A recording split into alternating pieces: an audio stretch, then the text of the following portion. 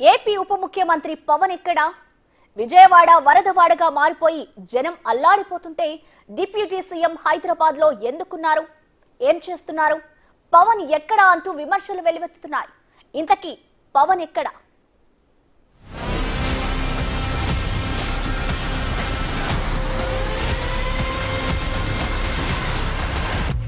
సీఎంగా చంద్రబాబు నాయుడు ఈ రకంగా తిరుగుతూ ఉన్నారు.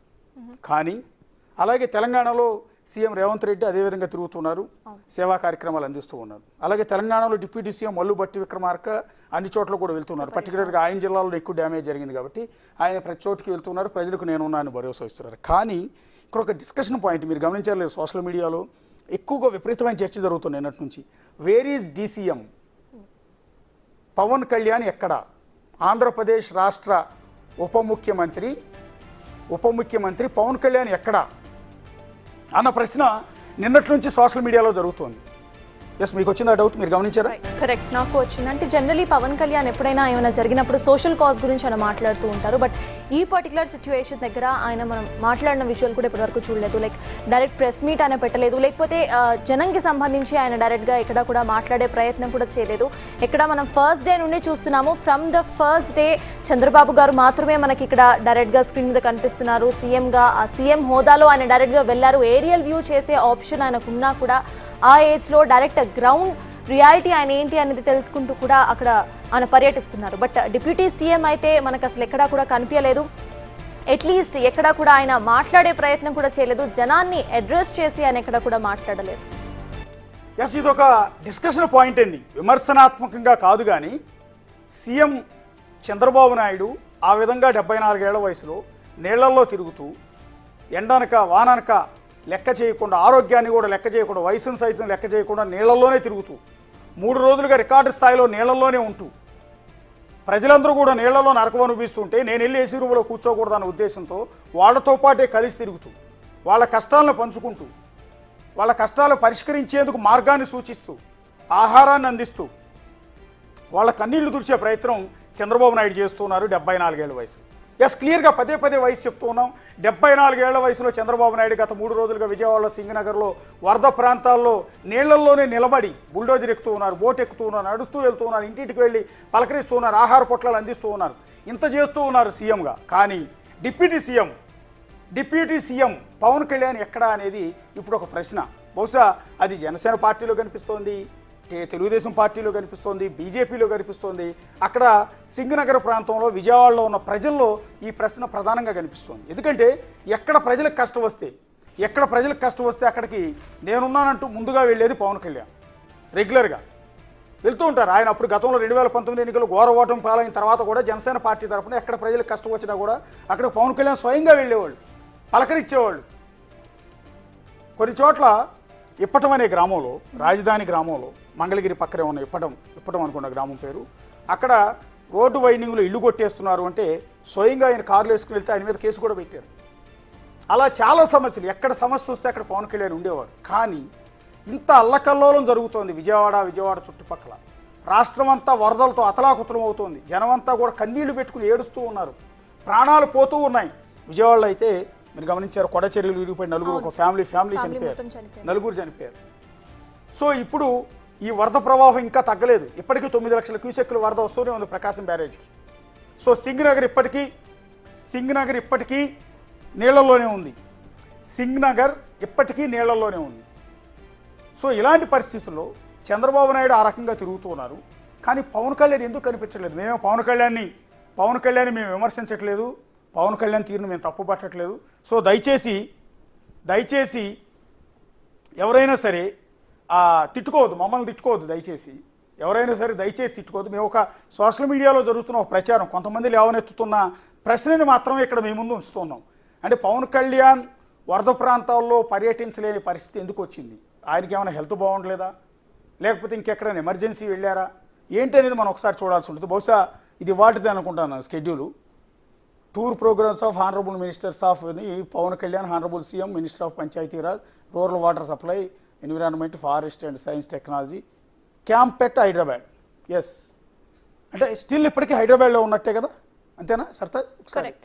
ఒకసారి చదవండి ఆయన. ప్రెసెంట్ ఆయన స్కెడ్యూల్ చూస్తున్నాము. ఫస్ట్ వచ్చేసి he has a camp at Hyderabad. So ఇవాళ మేబీ అక్కడ టైం మనం కరెక్ట్గా మెన్షన్ చేసలేదు. కింద చూస్తే ఇక్కడ 6:30 hours-కి he has a Vijayawada camp కూడా ఉందన్నమాట, న్యూజివీడ్లో విజయ క్యాంప్.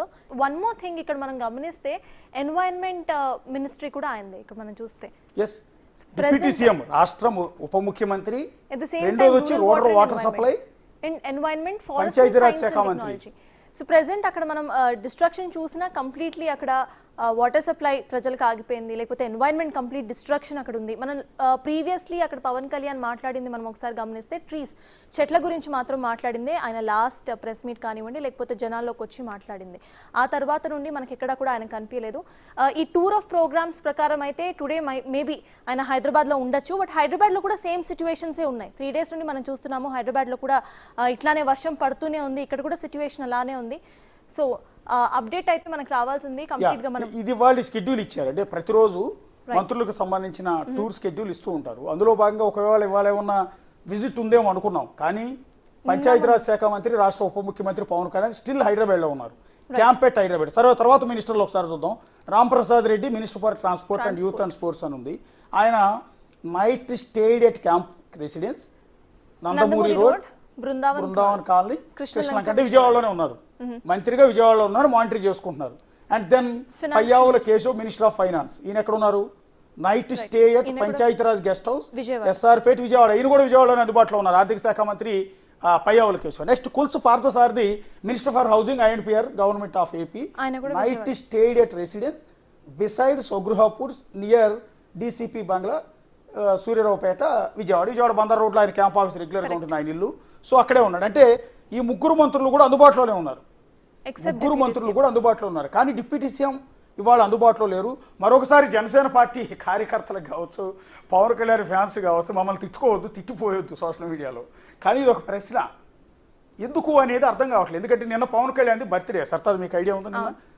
దేశవ్యాప్తంగా నారా లోకేష్తో సహా ప్రతి ఒక్కళ్ళు ఆయన ఫ్యాన్స్ అంతా కూడా అభినందనలు చెప్పారు. మేము కూడా హ్యాపీ బర్త్డే చెప్తున్నాం, నేను సర్తాజ్ కలిసి happy birthday to you Pavan Kalyan గారు. కానీ పుట్టినరోజు నాడు కనుక మీరు ఇలా బయట కాకుండా విజయవాడలో వరద ప్రాంతాల్లో పర్యటించి ఉంటే మిమ్మల్ని అందరూ నెత్తిన పెట్టుకునేవాళ్ళు, మిమ్మల్ని దేవుడి కింద కొనియాడేవాళ్ళు. ఇప్పుడు చంద్రబాబు నాయుడు గారిని కనుక ఏ విధంగా అయితే అభినందిస్తూ ఉన్నారో, చంద్రబాబు నాయుడు గారు మా దేవుడు అంటూ అక్కడ ఉన్న ప్రజలంతా కూడా చెప్తూ ఉన్నారు, అదే రకంగా పవన్ కళ్యాణ్ గారు కూడా చంద్రబాబు గారు వెంటో, లేకపోతే చంద్రబాబు గారు వెళ్ళిన కాలనీలు కాకుండా వేరే చోటకో వెళ్ళి వరద బాధితులను పరామర్శించి వాళ్ళ కష్టాలు కనుక పాలు పంచుకుని ఉంటే, అవసరమైతే ప్రభుత్వానికి సలహాలు ఇచ్చి ఉంటే, లేకపోతే మీరే డెసిషన్ తీసుకోవచ్చు డిప్యూటీ సీఎం కాబట్టి.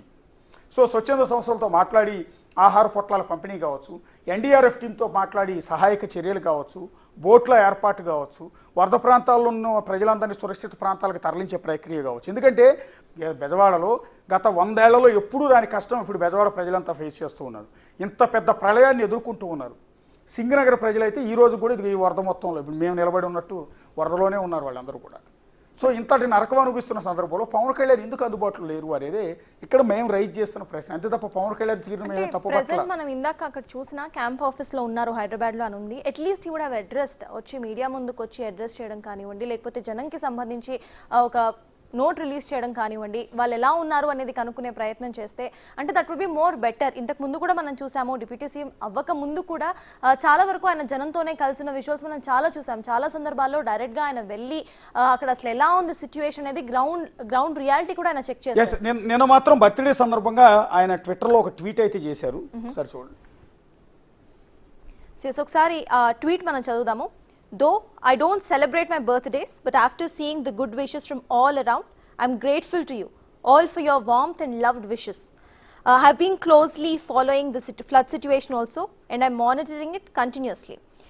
And the following messages, update of actions taken by PR, RWS, engineering departments in handling flood situation in state could be seen.